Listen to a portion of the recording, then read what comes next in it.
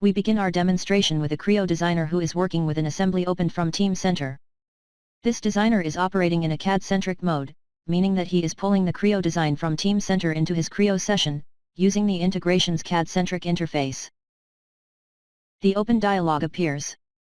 Here, he can search for his Creo models in several ways, a simple search by item ID, data set name, etc., with advanced searches that are defined and maintained in Teamcenter, or by navigation through the Teamcenter folder structure. Here, we are searching by data set name.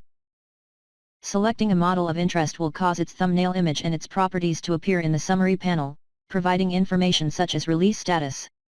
This panel can be configured to display any desired set of Teamcenter properties. Configuration settings such as revision rules are available in this dialog. The destination workspace can be selected or created. Additional options can be defaulted to either true or false.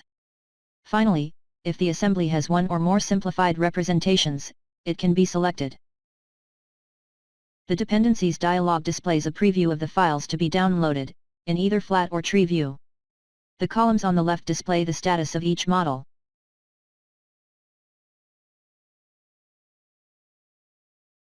Now that the assembly is in this user's Teamcenter cache and he is actively referencing or modifying it, he'll want to know if the Teamcenter status of any model changes. This is the main purpose of the Cache Manager. The columns on the left indicate whether a model is in session, has been locally modified, is superseded by a newer version or revision, or is released or checked out. When one or more models is selected, the right mouse button displays several different cache-based operations. The buttons in the top ribbon bar operate on the entire workspace. Workspaces can be created or deleted. There are two different levels of refresh, depending on whether any filtering has been applied. Update downloads and opens newer versions and revisions of superseded models. Files can be deleted or purged, as well as copied out from and into the current workspace. A comprehensive set of filter options is available to limit the workspace view to only files of interest, based on factors such as modification or superseded status, model types, and much more. At all times, the applied filter options are clearly identified, and can be reset with a single mouse click. Now we will leave the first Creo designer to his work. In the next section, we'll see how a Teamcenter change notice is received and processed by a different designer, without ever leaving his Creo session.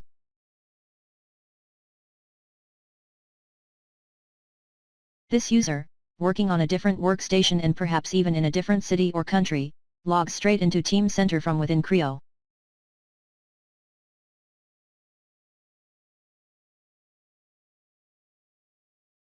He finds two tasks awaiting him in his Teamcenter inbox. We will focus on the change notice, because the other task is an assignment within the change notice.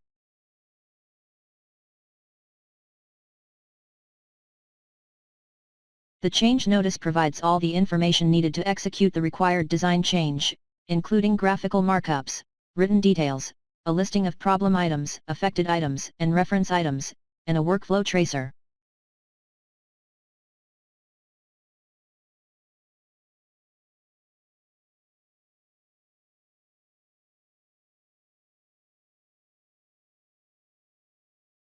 Our Creo designer knows he will have to add a SolidWorks subassembly to the Creo design. He could easily do this from within the Creo session, but it is also convenient to copy the SolidWorks assembly from the referenced items folder, for later use in the structure editor. Now we are seeing the Creo assembly's bill of materials. It's apparent that this assembly is released, so any changes will require a new work-in-process revision. It's also clear from the 3D rendering that both the battery pack and the fasteners are missing from this assembly, hence the change notice. Before proceeding, the Creo designer selects an active change context, to capture the history of all his changes so that they are available to everyone in Teamcenter. He is unable to add a subassembly to the Creo design's bill of materials, because it is released. He can easily create a new working revision.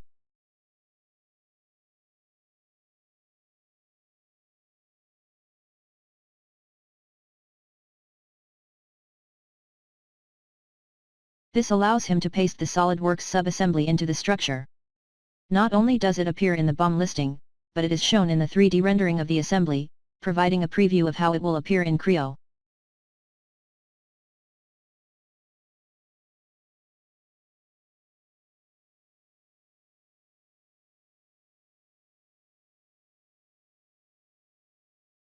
With a single click, he sends the updated Creo assembly from Teamcenter into his Creo session. He replies to the same integration dialogues as our first user, although in some cases these dialogues can be suppressed for a more streamlined workflow.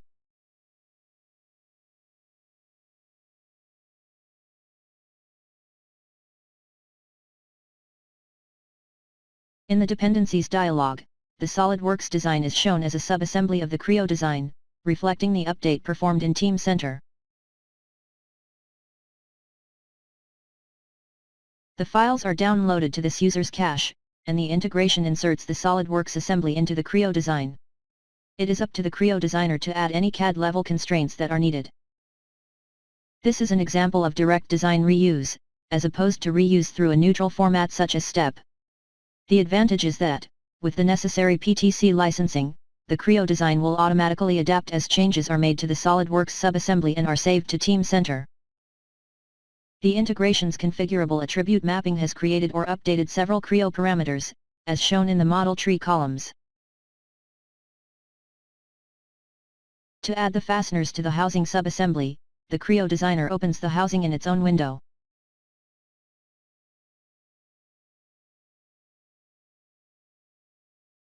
Now screws are added where needed, from the Creo standard parts library.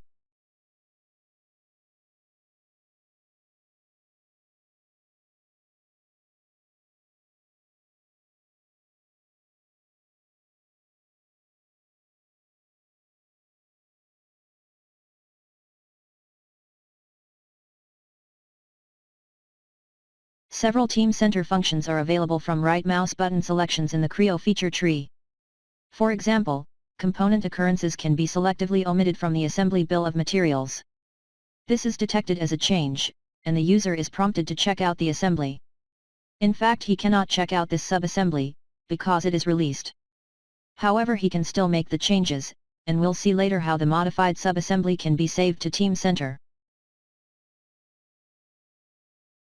Another option allows him to find and retrieve drawings related to the selected model or models, so that they will update as their 3D models change.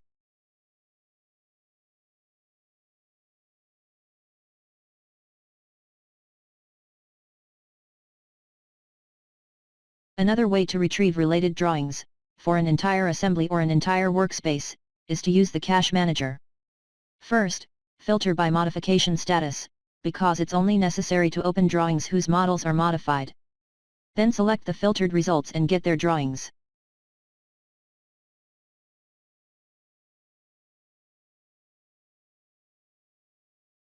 When retrieved this way, drawings are loaded into session but are not opened into their own windows.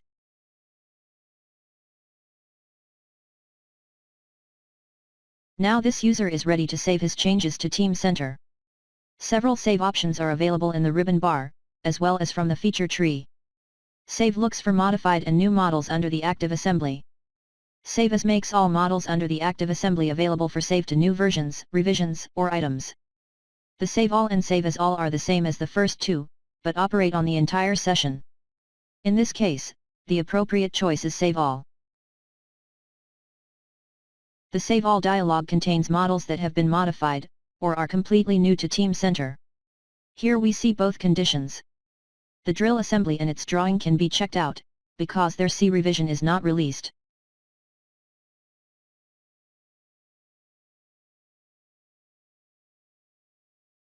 The housing subassembly and its drawing have also been modified, but are released. They must be revised before they can be saved. The new revision is work in process, and the integration automatically selects its models for saving to Teamcenter. Finally, the designer must decide how to manage the new fastener that is being saved to Teamcenter for the first time. Based on integration preferences, it has automatically been assigned to an item type that has a specific naming rule. Until a compliant item ID, and other required properties have been assigned, it cannot be saved. However, the assigned item type may be changed, and in this example the standard part item type does not have a naming rule or other custom required properties. There is an optional vendor property, which may be left blank because it is not required. In this example, the integration has been configured to automatically translate and save different types of 3D and 2D derived files, as well as to invoke model check during save to Teamcenter. The The save will be either blocked or allowed, depending upon whether the number of model check errors or warnings exceeds the configured limit.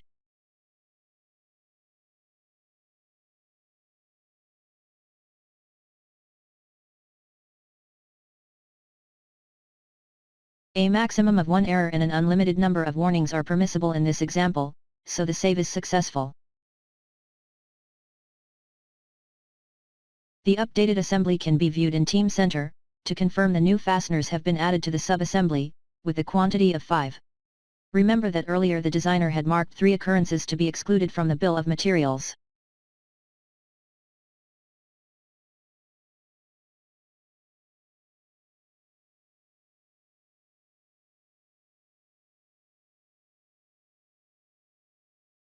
This user can now sign off on his assigned tasks, and the change notice will advance to the next assignee.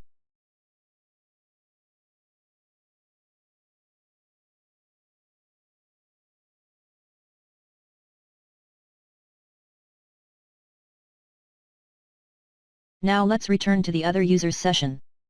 He has been referencing or modifying the same Creo assembly. How does he know about the changes made by others, and how can he merge those changes into his active design?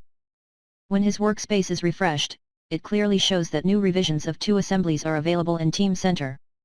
These models are automatically selected for update. He can even filter the display so that only superseded models are shown. With a single click, he can bring his workspace and its in-session Creo models up to date. Optionally, he can see a preview of the additional files that will be downloaded. This includes the SolidWorks files for the battery pack that was added as part of the change notice.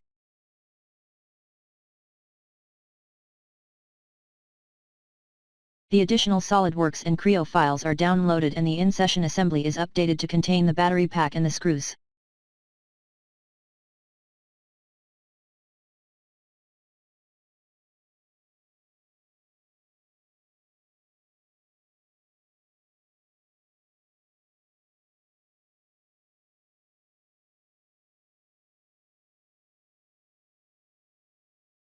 He might want to know who made the latest changes, and exactly what was modified. This information is available from the change summary that was captured by the other user who executed the change notice.